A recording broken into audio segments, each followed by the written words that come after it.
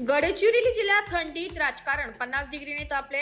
आज राजे आमदार डॉक्टर धर्मराव व बाबा आत्राम यांनी आदिवासी विद्यार्थी संघटनेचे माजी आमदार दीपकदादा आत्राम यांच्या निवासस्थानी जाऊन राजकीय चर्चा केली असल्यामुळे गडचिरोलीसह महाराष्ट्र राज्यात एकच खळबळ माजली आहे। यातच भाजपाचे ज्येष्ठ नेते भारतीय जनता पक्षात जिल्हा भरता एका मोठे नाव असलेले माजी खासदार अशोक नेते यांचे खंदे समर्थक, अभ्यासू व्यक्तिमत्व, माजी जिल्हा परिषद अध्यक्ष, अनेक निवडणुकी स्वतःला झोकून घेणारे रवी ओलालवार यांचे राष्ट्रवादी काँग्रेसमध्ये आमदार धर्मराव बाबा आत्राम यांच्यावर विश्वास करून काल वासवी सेलिब्रेशन हॉल येथे प्रवेश केले असल्यामुळे गडचिरोली जिल्ह्यासह महाराष्ट्र राज्यात व भाजपाच्या गटात एकच खळबळ माजली आहे।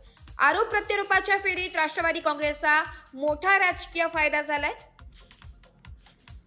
काय म्हणालेत राजे डॉक्टर आमदार धर्मराव बाबा आत्राम, बघूया। माजी कॅबिनेट मंत्री धर्मराव आत्राम यांच्या आपण घरी आलेलो आहोत। तर आज सकाळी धर्मराव आत्राम यांनी माजी आमदार दीपक आत्राम यांच्या इथे नुकतीच भेट दिली। त्यामध्ये काय चर्चा झाली बाबा, त्याबद्दल थोडं कळवा।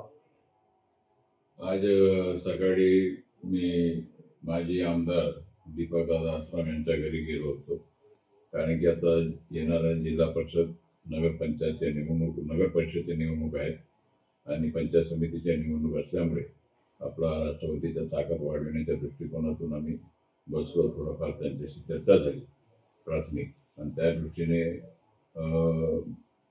युती करून लढायचा की कसं लढायचं याच्याबद्दल थोडा मी विचार करतो, असं प्रकारचं त्यांचं दीपकदादा आत्राम यांनी सांगितलं।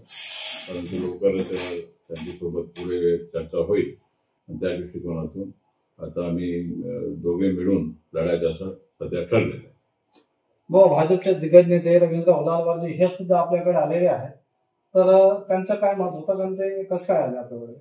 नाही, आता ते थोडंफार त्यांच्या फार नाराजी होता, कारण की सतत त्यांच्यावर आरोप होता की रवीजी ओलालवार हे भारतीय जनता पक्षाचे उपाध्यक्ष जिल्ह्याचे, ते सतत इमाने काम करत होते पक्षाकरता, आणि त्यांनी माझ्या निवडणुकीमध्ये काम केलं, कारण की महायुती होती राष्ट्रवादी, शिवसेना आणि भाजपा।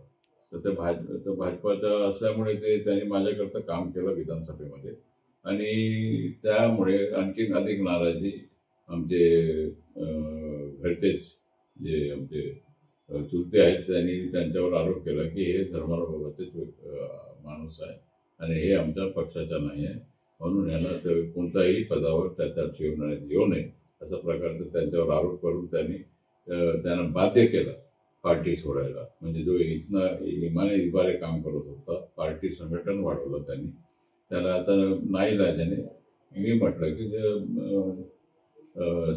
सवेरे का भूला शाम को घर आता है, तो उसको हमने लिया है पार्टी। आमचा जुना पक्षाचाच कार्यकर्ता होता, नेता होता, आणि त्याने आपलं सोडून परत आहे। मराठी न्यूज साठी विदर्भ संपादक जावेद अली सय्यद, गडचिरोली।